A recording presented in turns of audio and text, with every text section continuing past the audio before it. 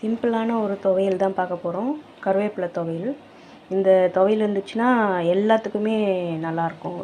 பழைய சாதம், கஞ்சி, அப்புறம் கூழ், அப்புறம் சாம்பார் சாதம், ரசம் சாதம், தயிர் சாதம் எல்லாத்துக்குமே சூப்பராக இருக்கும்.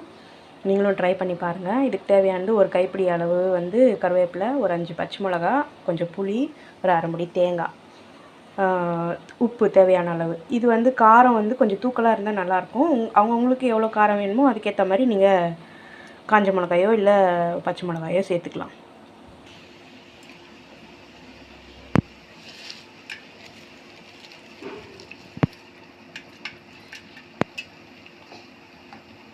தேவையான அளவு உப்பு போட்டுக்கலாம்.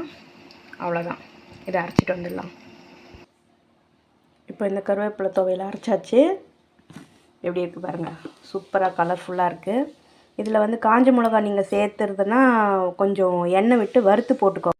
இந்த துவையலுக்கு எதுவுமே வதக்கவே வேண்டாம். அப்படியே இன்ஸ்டண்ட்டாக ரெடி பண்ணிக்கலாம். இந்த துவையல் காஞ்ச மிளகா சேர்த்திங்கன்னா மட்டும்தான் நான் அந்த காஞ்ச மிளகாயை மட்டும் எண்ணெயில் போட்டு வறுத்துக்கணும். மற்றபடி இது எல்லாமே வதக்காமல் அப்படியே பச்சையாகவே எல்லாமே சேர்த்து அரைச்சிங்கன்னா சூப்பராக இருக்கும். ட்ரை பண்ணி பார்த்துட்டு எப்படி இருந்துச்சுன்னு கமெண்ட் பண்ணுங்கள். இந்த ஒரு துவையல் போதும். எல்லாத்துக்கும் கூடயும் வச்சு சாப்பிட்டுக்கலாம். சாதம், கஞ்சி, இட்லி, தோசை, கூழ், அப்புறம் தயிர் சாதம், சாம்பார் சாதம், ரசம் சாதம், ஏன் பிரியாணி கூட வச்சு சாப்பிட்லாம். சூப்பராக இருக்கும். ட்ரை பண்ணி பாருங்கள்.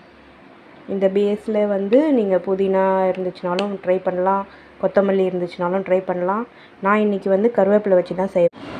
இந்த துவையல் பார்த்திங்கன்னா முடி கொட்டுற பிரச்சனை இருக்கிறவங்க கூட அடிக்கடி செஞ்சு சாப்பிட்லாம். ஏன்னா கருவேப்பிலை பச்சையாக அரைச்சி சாப்பிட்றோம். தேங்காய் இருக்குது, அதனால் உடம்புக்கு ரொம்பவே நல்லது. வறுத்த தேங்காய் இல்லை குழம்புல போட்டு கொதிக்க வச்ச தேங்காய் சாப்பிட்டா தான் நமக்கு கொலஸ்ட்ரால் அதிகமாகும்னு சொல்லுவாங்க. அதனால் இதை நம்ம தாராளமாக சாப்பிட்லாம்.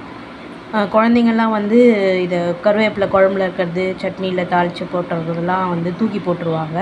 இந்த மாதிரி நீங்கள் அரைச்சி கொடுத்தீங்கன்னா உடம்புக்கு ரொம்பவே ஸ்ட்ரென்த்தாக இருக்கும். எல்லாருமே சாப்பிட்லாம். குழம்பே இல்லைன்னா கூட இந்த வெறும் இந்த துவையலை சாதத்தில் போட்டு ஒரு ஸ்பூன் நல்லெண்ணெய் விட்டு பிசைஞ்சு சாப்பிட்டிங்கன்னா கூட நல்லாயிருக்கும். எல்லாருமே ட்ரை பண்ணி பாருங்கள். எப்படி இருந்துச்சுன்ட்டு சொல்லுங்கள்.